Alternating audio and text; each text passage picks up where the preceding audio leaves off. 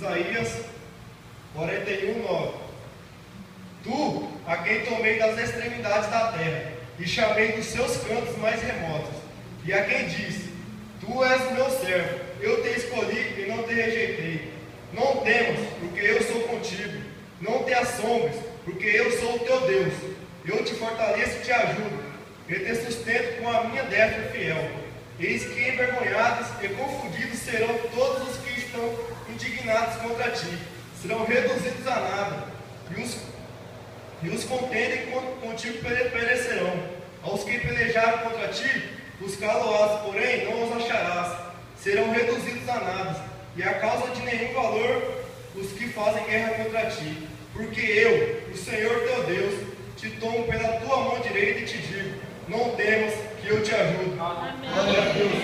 Essa palavra veio, eu já comecei a chorar de alegria, e falei assim, que Deus é bom mesmo, Deus é maravilhoso, Ele não nos abandona.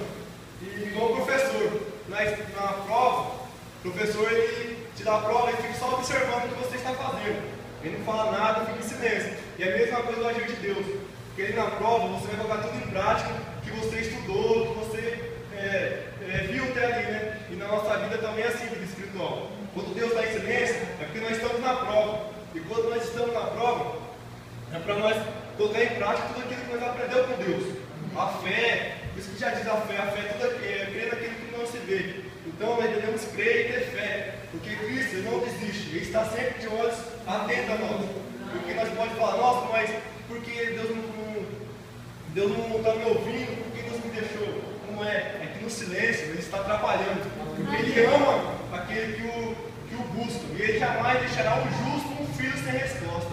Então, confia em Deus, busca enquanto pode achar, fica firme e peleja sempre, que Deus vai te dar a vitória. Mas primeiro foca no alvo que é Jesus Cristo, sem olhar para a direita, para a esquerda, sem olhar para trás, somente olhar para o alvo que é Jesus Cristo, pois Ele tem o melhor para cada um de nós.